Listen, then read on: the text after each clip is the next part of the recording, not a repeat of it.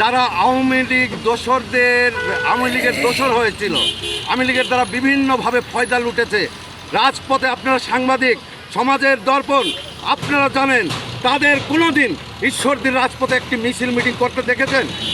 দেখেননি। ওই সময় যারা মিছিল মিটিং করে, যারা আজকে এই 24-এর গণ অভ্যুত্থান ঘটিয়েছে, ফ্যাসিবাদকে তাড়িয়েছে, তাদেরকে আজকে দলের বাইরে রাখার জন্যই এই চক্রান্ত।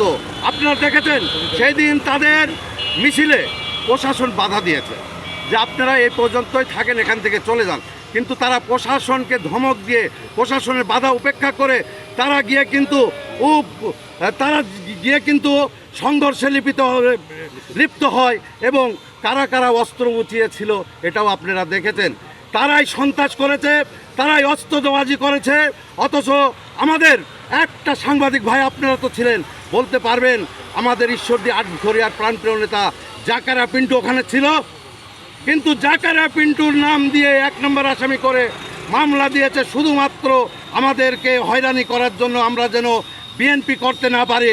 কিন্তু পিন্টুর সৈনিকরা, জিয়ার সৈনিকরা এত ভীতু নয় যে কাপুরুষদের বাধার মুখে জিয়ার সৈনিকরা দমে থাকবে। আমরা দমানোর লোক নয়। আজকে তার প্রমাণ আমরা দেখিয়ে দিয়েছি রাজপথে স্বাধীনতা দিবসের আজ সারাদিন ব্যাপী কর্মসূচি নিয়ে। তাই আমি পরিষ্কার করে বলবো, এখানে বিএনপি একটি গ্রুপ কাল সারা রাত ধরে আমার সাথে এখানে আইজির সাথে কথা বলেছে, আমি ডিআইজি আমাকে ফোন করেছে, এসপি সার্কেল ফোন করেছে, আমি এসপির সাথে কথা বলেছে। ঈশ্বরদীতে ফুল দেবে একটি দল, সেটা হলো বাংলাদেশ জাতীয় দল, ঈশ্বরদী থানা পরে সহযোগী সংগঠন।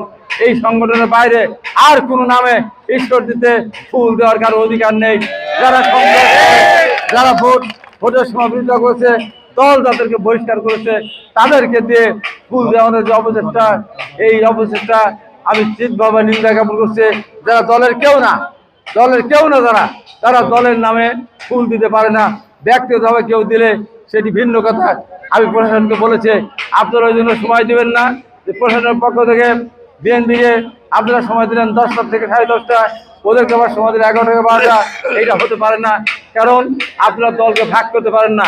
আমি পাবনা জেলা বিএনপির আহ্বায়ক, এখানে কোনো দল নেই, একটি মাত্র দল, সেটি আমার নেতৃত্বে যে দল, যারা নির্বাচন করেছে তারাই দল, তার অন্য কোনো দল নেই, কারো অস্তিত্ব নেই।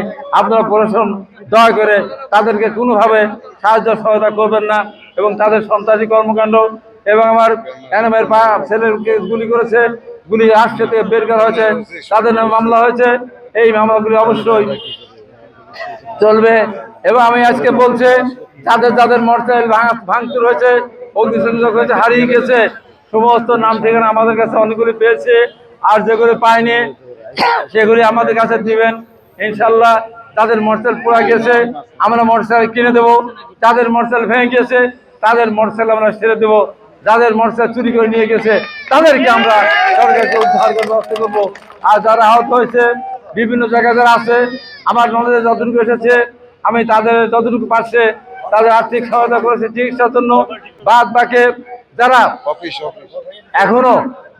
যারা এখনো আমার সাথে যোগাযোগ করতে পারেন নাই, তাদের কথা বলছে, যাদের করতে পারেন না তারা যোগাযোগ করার ব্যবস্থা করব।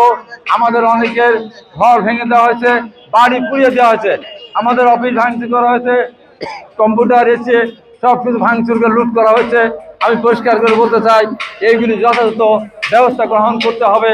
তা না করলে আমরা এই ঈশ্বরদী উপজেলাতে শত ষড়যন্ত্রের পরেও আমরা 90,000 ভোট পেয়েছে, আমরা এই ভোটারদের নিয়ে আমরা কিন্তু অবস্থান নিতে বাধ্য হব এই সন্ত্রাসীদের গ্রেপ্তারের দাবিতে এবং এর বিরুদ্ধে ব্যবস্থা গ্রহণ।